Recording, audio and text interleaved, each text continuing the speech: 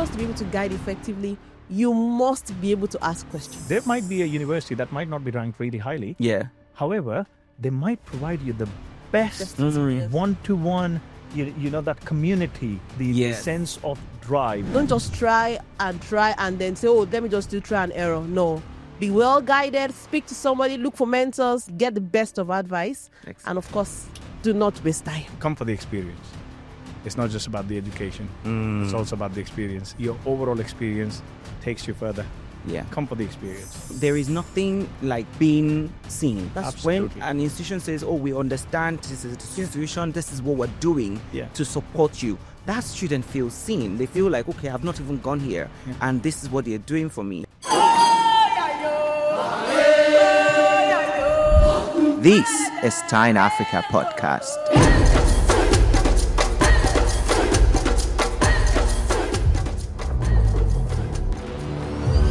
The new sound of international education in Africa.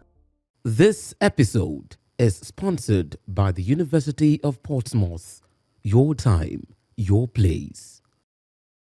Welcome to this very exciting episode where we're going to be delving into choice of institutions and choosing the right institution, choosing the right course of study for your study abroad mission. My name is Louis Adekola, and I am the host on TINE Africa Podcast, where we talk about everything that has to do with international education in the continent of Africa. Today, I will not be doing this alone as usual. You know that I always have amazing guests with me, and this is not any different. I am seated with two amazing personalities, those who have massive experience in the industry, people who have worked with a lot of people across the continent, across the world, really, helping them to choose the right institution, to be the best of themselves in the institution they're going to, and to achieve great success. Beside me is Moronke Oladimeji. Moronke is the Operations Manager for Africa at Expert Education and Visa Services. Moronke, how are you today?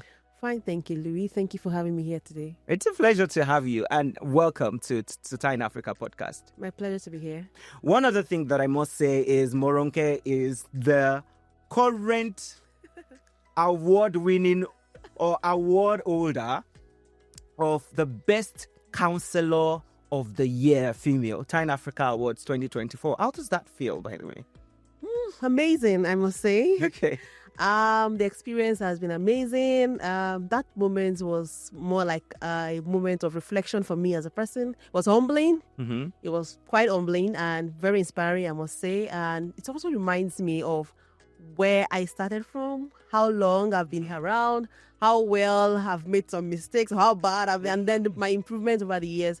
It has also empowered me and also reminded me that every little thing counts and that people are watching. Exactly. And then there's one day there's going to be some recognition. And of course, that was a beautiful experience for me. Exciting. Thank you very much. I think that's really great. I find it really, really, really important to also reflect on journeys, but also to recognize the work and the amazing work that people are doing. And you have been doing some amazing work. I'm glad that you're getting the recognition that you deserve in the industry as well. Thank you so much, Luis. Thank you, TINE Africa. Exactly. And my second guest today is Bharat Sakhuja, who is the head of international recruitment or international student recruitment? International student Student recruitment at the University of Portsmouth in the United Kingdom. Hello, Bharat. Hi, Louis. Thank you for having me here. And it's lovely to be back to Nigeria. Really lovely to have you back here as well. Thank you. And we're having a chat just now, and then you were talking about how much you love to come back here. Absolutely. How does it feel to always come back to Nigeria? To be honest, to me, it's like a home away from home feeling. For me, coming back to Nigeria always is like that special moment when you're able to not only just do the work that you have to do, which is given anyways, but to meet your fellow colleagues, to meet the friends that you have built up, these amazing friendships over decades. Exactly. I would say. So yeah, it's amazing to be back. Yeah. Yeah. Let's just kick off this conversation, with what I found. I always like, when you're talking about reflection and all that, I always believe in the power of journeys. So let's start with, how did you come into the industry? How did your journey start? Did you have to study in a different country? Was that how you got into the industry? And then I've gotten to where you are. Let's start from there. Oh, okay, cool. To be honest, this is very special to me in that sense because I started as an international student in the UK. Okay. Kind of my parents shipped me off very early. When I was young, they were like, get out of the country, you go study abroad. So I was like, for me, it was surreal in the first place because I went at a very young age to the UK, did my course of study there, went on to work for different universities in the UK, not just from an international perspective, but also on a cultural perspective. Then, worked for the likes of services section of UKVI, worked as a part diplomat in the sense of working for the embassy in the UK. So, there was quite a lot of mixed experience. Now back into education again. So for me, it has been an amazing journey. And I give it all to what I have done and how I started as an international student in the UK. Yeah. Yeah, that really makes a lot of difference because when you've experienced what it means to be an international student in a different country, it gives all the perspective because not only are you experiencing it yourself, but you've also mixed with other people from different countries who are experiencing it along with you. And over the years, without even thinking, you are contextualizing the stories that you're hearing from time to time. So I'm happy that, you are in a place to also give back and support more people coming to the UK. You couldn't have said it better, to be honest. I say very similar always because the moment you come down to a different country, you already have a perspective how you have been doing things and how have been you learning things in your home country. But then when you go away from home and the other place is your new home, you learn and you get a universal perspective. True. Because you're just learning from fellow colleagues, people from all walks of life and culture, and that gives you a very, very critical, important perspective, how you see things and how you want to deliver things. True. So Excellent. All right. So what about you, Moronke? You were talking earlier and you were talking about your journey and, the years you've been in the industry. Do you want to walk us a little bit into that and your journey into the industry? And, with the work that you currently do, what countries do you support students to go to? I had passion for education management. And then I came into an industry where I was basically coming as an into education management and then as an administrator. And then being there, I discovered that I actually I've always been passionate about people. I've always been passionate about helping people fulfill their dreams. So right there, I was able to connect my passion, the love for people, and the fact that some of the things personally I didn't have, privileges I didn't have while growing up. I realized that, I could make a difference in life for people being here. So I saw it as being positioned to empower people. And then I had some good exposure, if I would say that. And of course, that's how the passion. And from there, I've been able to listen more to people, help them navigate their career journey, and also advise them. And from there, my passion for international education actually came up, and I'm here today. Great. All you need now is just take my bachelor's degree in educational management. Yes, I did educational management for my first degree. And when you were just talking about your passion for educational management, I was like, oh, great. Okay, that's very good. So now, let me still stay with you here, Moronke. What are some of the factors that you think, because today we're talking about student choice of institutions and study destinations. And I'd like to hear from you, based on the work you do engaging students on a daily basis, what are some of the factors that you think are responsible for the choice that students make in this regard? When it comes to African students, I would say if we meet 10 African students, 6 out of 10 will likely want to go to where they know someone. Someone, maybe family lives there, a friend lives there, a friend has been there before. Sometimes most of the decisions are actually influenced by what they've heard before, either because the family resides in that country or they've met someone who was there and has come back to share some stories with them, or they have a friend who has been there, some experiences, stories they've heard here and there. So that's one of the factors where people come in, they mention a country to you. I want to go to Canada because my sister is there. I want to go to UK because my brother is there. Or I want to go to the US because I have a relative there. So some persons look at what others have said about that country, especially when it's a good experience, when it's very pleasant experience. They also want to be part of it. Yeah. So that's one. Number two, for African students, fees. Yeah. So an average student wants to go to where they would get value with as low As possible. as low fee as possible. So tuition fee, cost of living is also one of the very strong factors that most international students also consider while they are choosing their destination and the country where they would like to study. So fees, relative being there. Ranking, yes, but it's when you talk about the ranking, most persons here in Africa may not necessarily have, some persons are very peculiar about ranking, yes, but an average person wants a place where after they are done with school, they can actually have the value for their money. They can stay back and have some graduate work permit or post-study work employment. So that's one of the strong factors that influence students while they make their choice for their study destinations. Thank you. And you touched on those really key factors. And I think in my next set of questions, we just dig a little bit more inside. I want to ask you, Bharat, in terms of ranking, which was the last thing that she mentioned, how important do you think that ranking, reputation, how important do you think those factors are to a person's choice of institution or where to study? Look, I personally think it depends, as Moronke mentioned about, they want to look into the value for the money that they're paying. It is every student's desire to get that value out of a university. However, rankings are sometimes one of the biggest myths because they're perceived very differently. Yeah. Now, a student, as Moronke mentioned, an average student, like let's say 6 out of 10 students talk about a certain thing. So on an average, students don't look into rankings the proper way. When you're looking at a ranking of the university, you're looking at the overall ranking. But if you are going to do accounting and finance, or if you're going to do AI or robotics, or every single university have different schools, and schools then fall under different rankings. True. So I can be the university which sits on top of top 40 universities in the UK, but I might be really good in law, for example, as top 5 in the UK. Yeah. You're going to still look at me as top 40, but you're not going to look at the top 5 which you're going to study. Yeah. So rankings are a bit of a, I think there has to be that awareness that needs to go to the students, and this becomes a very critical task for universities such as ourselves to ensure that the students get the right kind of message across and then support within the region.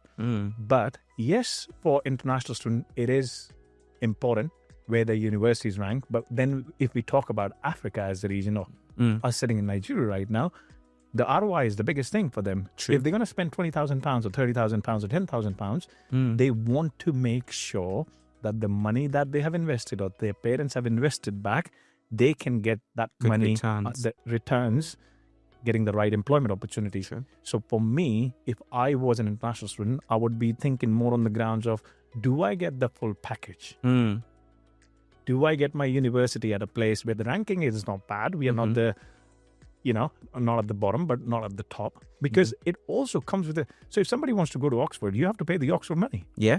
Right? Sure. And you have to be that level of a student to go to Oxford in that case. So, but if you come to certain universities, because the universities are already tiered in that way, you are approaching the university for which your pocket allows you to pay that money. Yeah. So you need to get the right investment out of it. For that, it just depends how you as a student. And I think this is where the awareness needs to go back to the parents, the students. So yes, it matters, but it needs to be tweaked. Exactly. Yeah. Thank you very much for that. I love how you've answered that question. It's just perfect. But I want to just ask you a follow-up question, because you said the total package. What does a total package mean? What does that mean in the real sense of it? See, I put myself straight in there, right? No.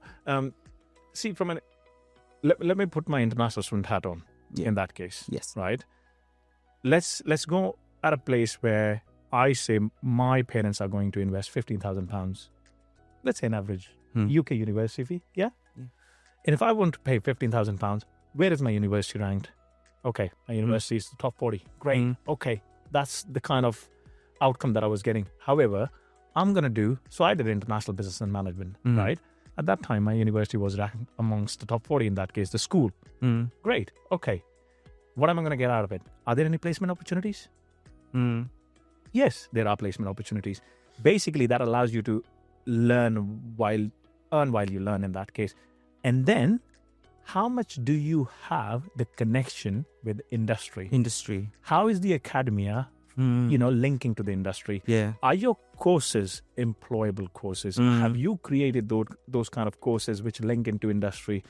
What's the span of industry? The amount of, let's say, these big business houses or the small business houses that the university is kind of linking to. I think that's what it entails to be. Plus, integrating into that community is very critical, because if you're already integrating the community, you're already getting the best outcome, because you will get the best you will actually get best options to go for part-time work or finding the suitable kind of connections that will take your network further. Because you're not just looking inwards right now. While the time you're doing the studies, you're still meeting people from all walks of life. Yeah. That is your network. Absolutely. That networks take you tomorrow to different places. True. I might have a Chinese friend, or I might have a Middle Eastern friend, or I might have a Southeast Asian friend who might say, oh, you know what, I really want to work in Africa. Yeah. How can you support me? Can we link up? Yeah. The world is coming to a very simple place. Exactly. At this point of time, the connections, your network is your net worth. Net worth. Yeah. Right? So I think that is where, so if somebody is thinking if international student is thinking from a mindset, they want to invest that amount of money, they should be linking to those things where do the university have the right kind of connections? That kind of is the overall package. Yeah. So I love that, and what you said is very, very important. And I used to say that some of the times when we talk about the cost of studying overseas, the values are very intangible sometimes, because how do you evaluate the kind of students that you're going to be in class with? Sure. And it's funny, some of your closest friends you probably met at a pub. They're not in your class, for example, but you just have a conversation, and then you realize that the person had worked in your country before, and they're planning to come back, and then you have a conversation, and then you become partners, you create a project together, and so on and so forth. Absolutely. So most of the time what we pay for in overseas education is that network. Is that opportunity to meet people and to grow our capacity that way. But see, what you just said, Louis, on there, this was not an essence when I was a student. In the international education context, right? When I came as an international student in 2007-8, there was nothing around the student experience, the integration into the community. The network is your net worth situation. We learned. Now, plus, one thing is, we didn't have phones at that time. The phones that students have now, the iPhones, we used to work on those Nokia 3315s, remember? Yeah, 3310. Yeah, 3310s and all those. We didn't have Word at our hands. I still remember I went to British Council and submitted my application on those 22 pages, wrote it down and sent it, posted it. And that's how I got the response back from university to say whether I'm accepted or whether I'm not accepted. Now, if we translate that to today, it's a very different world. A lot of things has changed. It's a very different world. So I think there is a lot that the student, and plus today we are in the service industry. Yes. The student is the ultimate. They say customers are the god of the business. Students are the ultimate god for them. Yeah. But then, yes, would you then not provide the experience? If you don't provide that experience, you don't get it. Yeah. On a flick of a finger today, somebody can put you down on the biggest streets of the world and you're done. Yeah. I agreed. So, and I think it is then, that's why it is essential for the student experience to be. Yeah. And that community, the universities and the agents have a very bigger kind of, task to ensure that the student who's coming to your university has taken that leap of faith. They should be getting the right experience. Excellent. Thank you very much for that. And it ties very perfectly to what you were saying when you started. And you, Moronke, you spoke about referrals. The fact that students make that decision based on somebody had studied there before and then they told them that I had this great experience and then you want to study there. And then you see some people and say, oh, I studied there. My child wants to do bachelor's, or my friend has studied there. And I think that's the importance of student experience that can make or mar an institution or a country's reputation, as a matter of fact. That's because by the time a few institutions in a country has a certain reputation, people believe that's the way the entire country is. Moronke, I want to ask you a bit more specifically now. When you talked about finances, remember you talked about finances as like a major factor, that helps students to make a decision. And you are here, you meet the students. Again, one thing that we need to bear in mind in that conversation is that African students or Nigerian students, African students, most of the time don't have access to a lot of funding. Do you understand? Yeah. They have to save up. They have to sell properties. They have to do a lot of things to get to that point that they make money or have the money to be able to go and study abroad. And then that's why finances become very important. What are some of those factors that you have seen as that makes an institution or a country enticing to students who are thinking of how to manage the funds that they have and get the right value from it? So thank you very much, Lee. That's a very powerful question. When it comes to money is powerful. So most students will decide to go with a country or school that has some flexibility when it comes to payment plan. Mm-hmm. Because just like you said, an average African student, let me come to Nigeria. Yeah. Nigeria, Africa generally, the people are saving up their funds. Families are trying to put funds together. Maybe some cases sell one or two things and then invest so they can make some money. Now, so a student will likely consider an institution or a country where they wouldn't have to pay the entire tuition. Maybe pay some part of it. Yeah. Where the payment plan is a bit flexible and not necessarily pay everything before you obtain the visa, because visa is, you put in your best. Agencies as agents will support, will put everything, try to cross all the T's, dot all the I's. Yeah. It is not in anybody's hands. So we tell our people, if you see any agent that tells you visa is guaranteed, please just pick your bag and run away, because nobody has visa. Yeah. Nobody. So we just try our best to make sure that everything is fine. So what am I saying? So if a student is allowed, will have opportunity to maybe make a commitment, and just there's a cost deposit, students will likely consider that, and that's quite attractive for many students. Yeah. Now, just like you also know that, there are scholarship opportunities, but fully funded scholarships are not necessarily available like that. So institutions, even if they're really competitive, highly competitive. Yeah. So we have students coming from Africa, we have students coming from Asia, we have students coming from all over. So we can have one scholarship for thousands or millions of students. So it's very competitive. So, but where there is some level of consideration for African students, or when international students apply and then they can get some level of scholarship, maybe 15%, especially with those who have very good results in their previous study grades. So it's kind of attractive to some students, and they realize, well, if I can have 50% slash in my tuition, we can see how we can. And then the payment plan is a bit flexible. It's quite attractive for many students. Most people will consider that destination or that institution. Another thing I think I would like to talk about would be the living costs.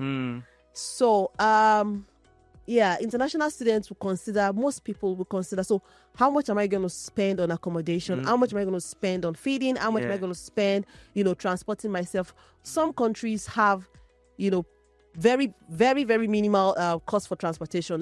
Transportation is totally slashed for international students. That's very attractive for most students. They consider that and feel, well, if there's some level of consideration for transportation, and then they have more options for accommodation, I can decide to share a room, share an apartment, not necessarily, it has to be this way, not too rigid.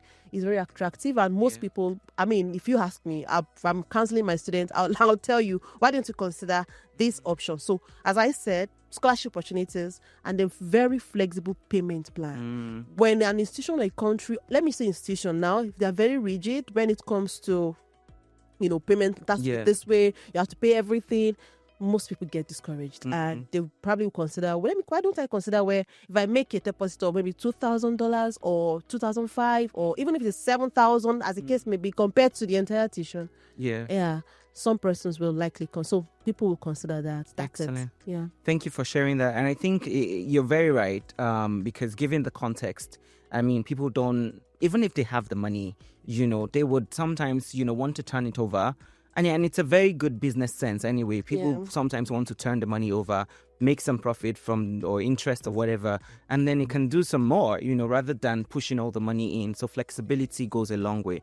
My question, do you want to add something? Or? It is so interesting what you just said, and especially in the context of Nigeria and Africa, let's say, in that sense, because we as a university have heard it quite a lot in that sense, and we have taken that on board. Transportation.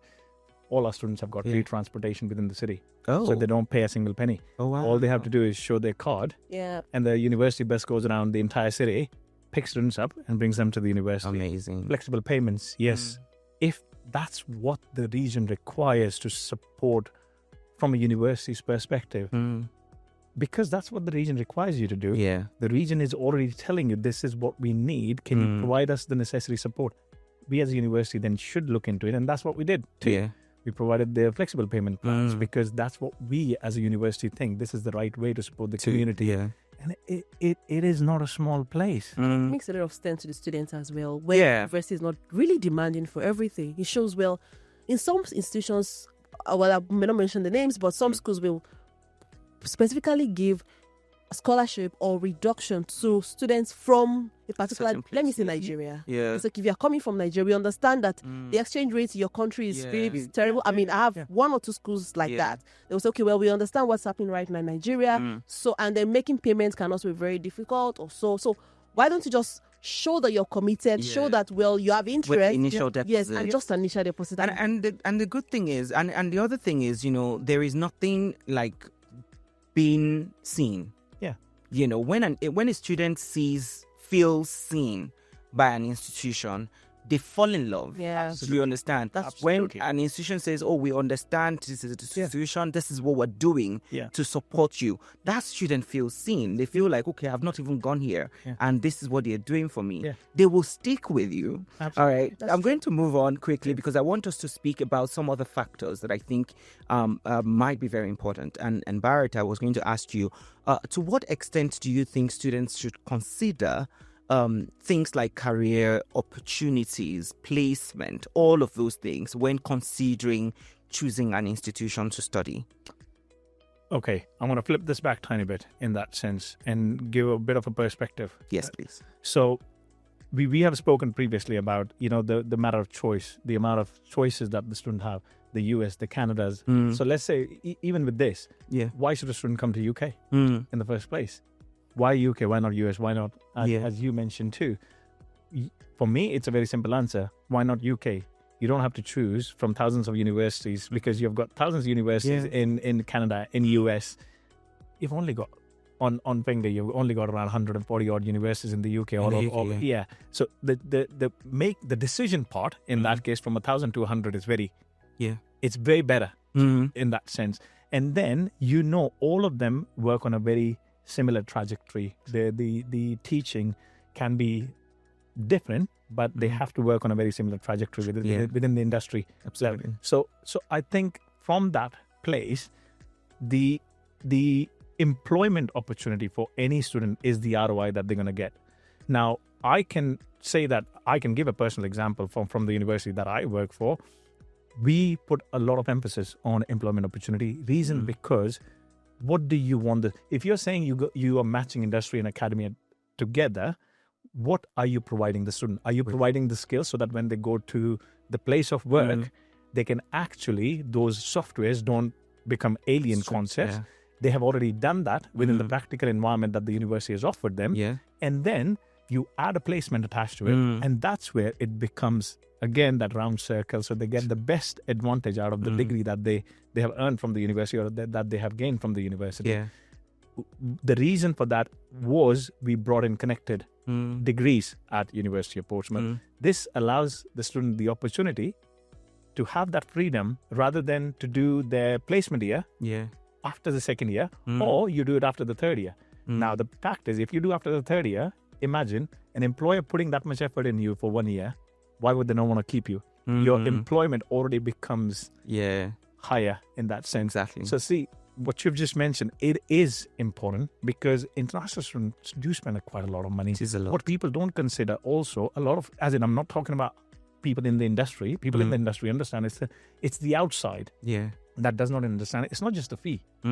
It's the IHS surcharges. It's the visa charges. It's the flight cost. The flight cost, the living cost, all of that combined. It's a fortune that the students are paying. And another thing that we actually don't always pay attention to is the opportunity cost. I think that's what it's called. Because that 1 year that you're spending the money, you could spend it earning more money. Yes. Do you understand? So that's another cost in itself. And that's why the reasoning, as you just mentioned, it is critical. Where I'm going to go, am I going to get the right employment opportunity? True. How do I get the right employment opportunity? Is my university connected with business houses or companies that can provide me the experience? Yes or no? It's a very simple answer. Right. It's a yes or no answer. So and that's how I think, and that's how we, as in we being one of the voices in the industry, that's what we want to put up the message across too. I think that's really good. It's something that we need to really always think about, and careers, employability, post-study opportunity. You've talked about this, really important because, and again, a student doesn't have to stay in the same country that they've studied at, but universities also need to think of how to support them for wherever they're going and ensuring that they have their best experience. Moronke, my question to you is now really in both in two sides, right? It's one question, but I'm looking at it one from the angle of you as a counselor, as you work in an agency, but also because of the awards that you recently won as the best counselor, right? How do you think that student counselors and agencies can prioritize counseling students or supporting students beyond the surface level? Because when students don't know the opportunities that are available to them in the institutions or the countries they want to go to, the policies that they're going to be engaging with, they might end up making the wrong decision even while they think they have some information. How do you think, or what do you think counselors should do to ensure that students have adequate information while they're making that decision? Okay, thank you very much, Louise. Brilliant question, I must say. So, apart from, one of the things I didn't mention earlier was, apart from working with students, I also mentor young counselors. And when I speak with counselors, what I usually will say that we are like doctors. Counselors are like doctors. So when you go to a clinic or an hospital, you do not meet a doctor who tells you, and you go to a doctor and say, "Oh, I have stomach pain," and say, "Okay, because you have stomach pain, I'm giving you this." A doctor will ask you questions. You can't go to a clinic and then you just complain, and the next thing they are giving you is medication. It doesn't work anyway. If I have to go to a clinic like that, I probably will leave that place immediately. Because I will expect the doctor to ask me questions. So what did you eat last night? So there are many questions just to be sure, okay, when did it start? So how often has it been? So we keep asking questions. Doctors always ask questions so that they can know the appropriate medication. Do you have any health challenge? Do you have medical history? So your medical history will determine whether you can take aspirin or you cannot take aspirin. And that's the same thing with counselors. For counselors to be able to guide effectively, you must be able to ask questions. Counselors, I ask questions. I tell my counselors I'm mentoring, I tell them, we are walking questionnaires. You must be able to ask. You must know the right question to ask, because sometimes the students they have all that it takes, but they don't even realize that they have that. True. So when you ask questions, you're able to dig out some things that were never really noticed earlier. So to support students to be able to give them the best experience and make the best decision, counselors must always ask questions. So what are the questions that counselors can ask? Number one, the first thing will be to identify the need of the student, because my need may not be your need. My story will not be your story. My story will not be the same story as yours. So for instance, I'm married.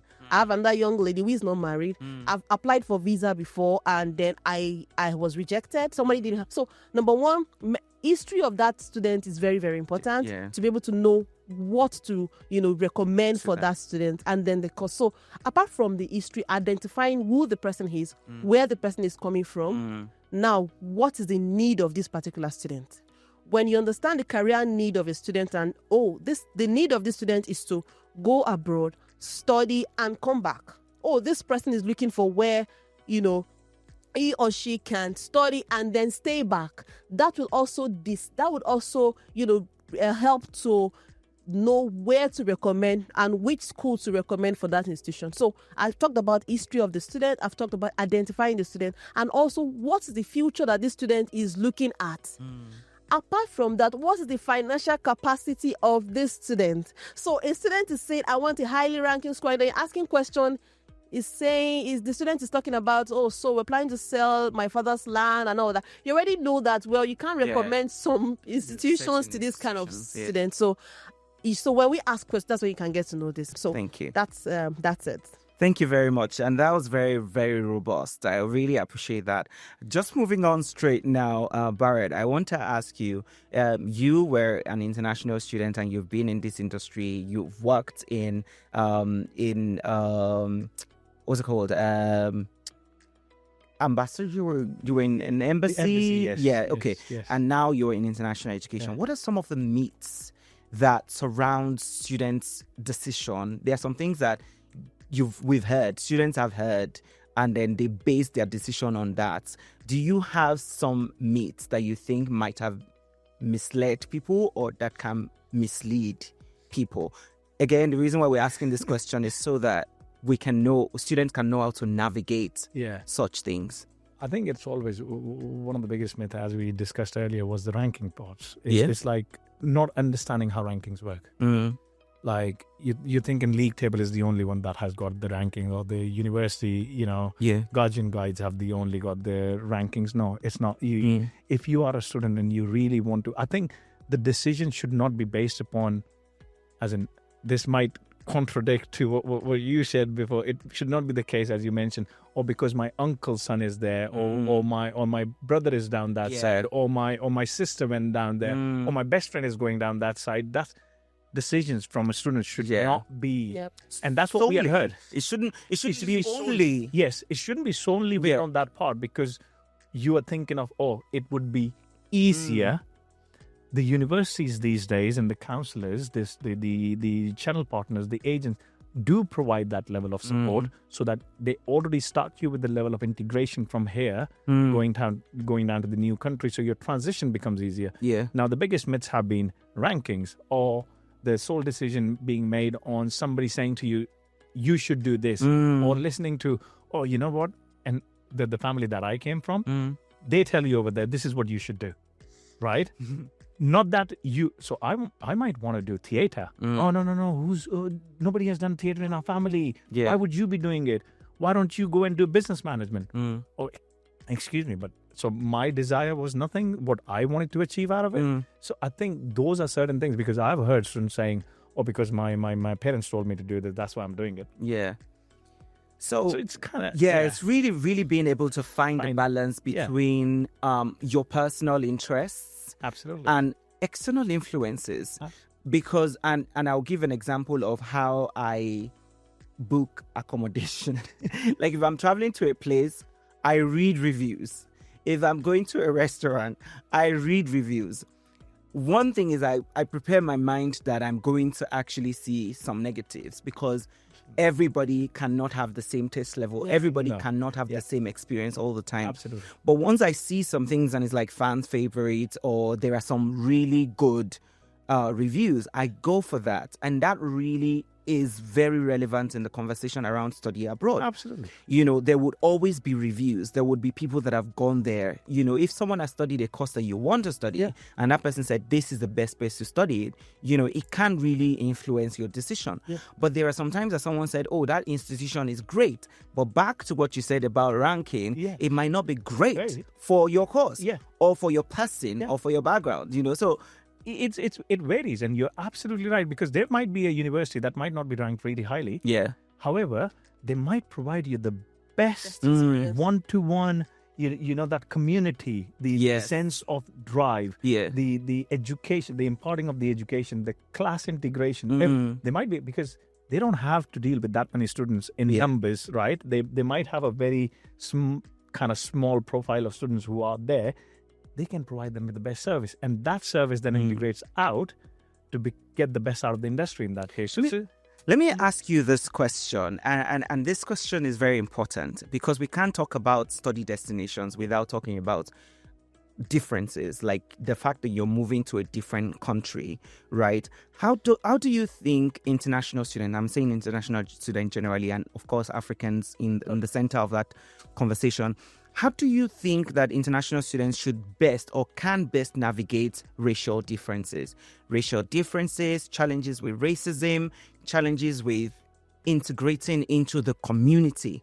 How do you think international students can best navigate that? Okay, rather than talking about anybody else, I can talk about myself, Mm-hmm. right? I was an international student, Yes. right? It's the easiest way for me to kind of provide a bit of a background on it. So I think the one of the best thing is when you as an international student is going out, the responsibility falls on both the ends, myself and the place that I'm going to go to, the community that I'm going to get integrated into.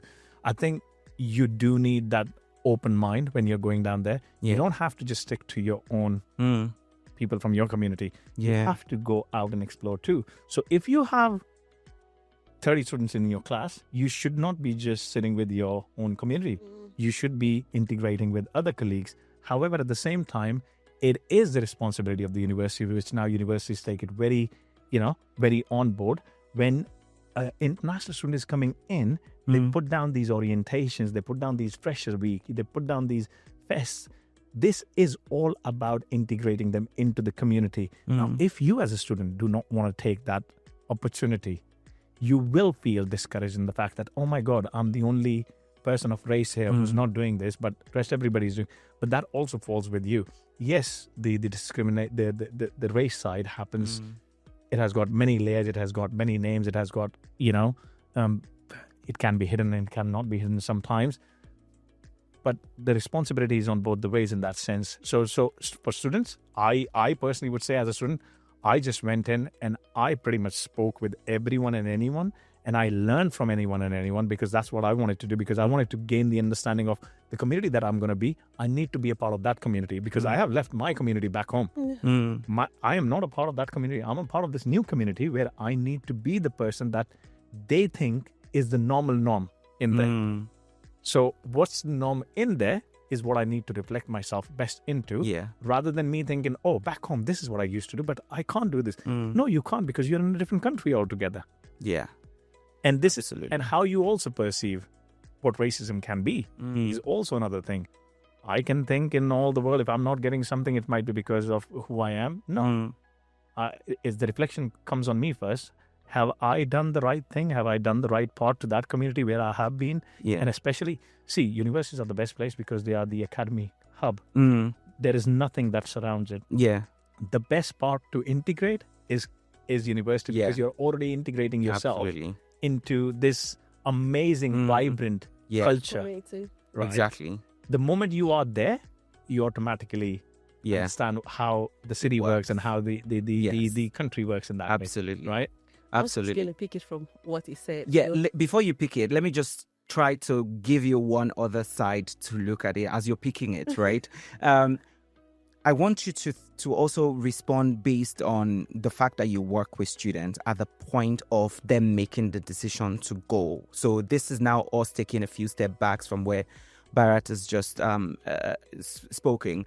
And while students are making the decision about where to go, there is also that question that sometimes they have in the back of their mind, that around not just racism. Racism is one question that we get from time to time. Am I going to have a good experience? Am I not going to experience racial slurs or racial challenges? But also the challenge of sometimes a student wants to go to a university, maybe the best institution for that program is in a country where they don't speak the language. You know, the challenge of language barriers also exist. How do you help students navigate that confusion or that pressure of dealing with racism, language barriers, and cultural integration? Okay, so recently we had a webinar and we invited some African students who are currently or who recently studied in several destinations to interact with students who are still at home. These are still like different home countries here in Africa. And I will remember that there was one particular student who studied in Belgium. And though he's back in Nigeria, but he's planning to go back to the UK for his master's. And he spoke about, the fact that the language there is not English, and it was very difficult. At first, it was difficult for him to integrate. But one of the things he mentioned, which I mentioned earlier, was the fact, though he had an auntie in that country who helped him to be able to fully integrate into the community, and then the first thing the auntie did for him was to help him connect with the community of African students in that place. So when students go to destinations where they do not necessarily speak English, and then at first you're wondering, how am I going to integrate and all of that? In every country, there will be a community of students who are like you. So it's very important to identify them. That's why some of the universities also do. They try to provide like network of African students from China and all of that. So you can relate with them and they can help you integrate into the community, into the vibrant community, just like you said. So that's very important. Number one, you need to identify people that are like you. They are there. It's just for you to identify them. And then when you work with support services universities also provide for students, it will be easy to identify those people. And there are people who speak English. Yeah. There are. If you are going to a country, in fact, I'll talk about Germany. Germany, for students who are going to, I've met students who want to go to Germany. I say, I can't go to Germany because there's something. No, there are people. In fact, there are courses in Germany that it's basically they are taught in English. So and the student can also do processional language programs. Yes, in Nigeria. Well. Yes, even before you travel, and when you get there, or even when you get there, when you get there, there are programs that are actually taught in English, and it's just for you to, number one, take a decision. That's why when we ask questions before you go, what you will prepare you, counselors will prepare you for what is ahead of you. When you talk about the racism, I was just smiling because I remember there was one time I went on a business trip to Australia, and I was in the lift with, I was only black there, and for the first time in my life I was scared because everybody, the attitude wasn't too good, and I thought to myself, I cannot die here, it was just but the first thing I did, one of the things I did was I realized, number one, I remember who I am. Number two, of course, I'm not even alone. When I say I'm not alone, I was alone there, but I'm not alone here. I was representing a lot of people and a lot of communities. So nobody know. Now, every international student may need to realize that just like you feel that you are alone, other international students also feel the same way. So during the last webinar, I will refer to it because we had a lot of comments from international students who are already in different destinations. Somebody mentioned and said, a colleague confronted him and said, you have an accent. So the way you speak, odd, it's hard. And he said, because he had confidence in himself, he told himself and said, you also have an accent. We all have accents. Yeah. So you have, I have. So the way we pronounce word in our country is not the same way you pronounce. So everybody has accent. No, I was trying to talk about having self-confidence and also emotional intelligence. Yeah. If you are not stable emotionally, there is no how. Even when you have 10 African students like you in the class, you will still be disturbed. So, but one thing is, when you are able to identify a community like you, number two, and also see yourself as not a second-class citizen to other people. And that has to do with self-confidence, which you cannot build there. You have to build even before you leave your home country. Absolutely. Yeah. Thank you very, very much for that. I have one question that I want both of you to answer, but I want to ask you this question, Bharat, before I go to that one, is there is a lot going on in the world. We can talk about the world, the way the world has changed in terms of technology, how it's a global village, the boundaries are being blurred. But on the flip side of it, there's a lot of things that are not going well in the world, especially with the way international students are perceived, in the way policies change from time to time. This is not a conversation around policy, but we can't talk about institutions and study destination without talking about the impact of policies and political economy in those countries. How do you think that students who are maybe currently studying in different countries or about to make a decision can navigate the challenge, that is currently happening in the world with regards to policy and politics? The one, to be honest, this is a very good question, and I feel like the best way I want to say this, short and sweet and simple, is students should only listen to when a policy has been put in place, rather than when the policy has been in discussion. Right? During the time of discussion, if somebody has to put a rule, pass down a rule, it takes time. Yeah. And it's not a small industry to put down a rule in one night. Yeah. So I understand the media, for example, our news channels want to sell whatever they can sell because they need the viewership. Right? Yeah. But for students, especially in this regard, anything that has not been put across either on a governmental line should not be considered otherwise. If there is any doubt about a policy or a rule in place or something, speak to your direct representative, speak to your channel partners, speak to British Council is sitting here. Speak to British Council.